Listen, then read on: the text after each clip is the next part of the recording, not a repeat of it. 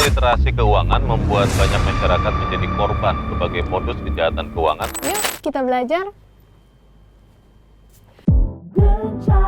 Gencarkan, gerakan nasional cerdas keuangan.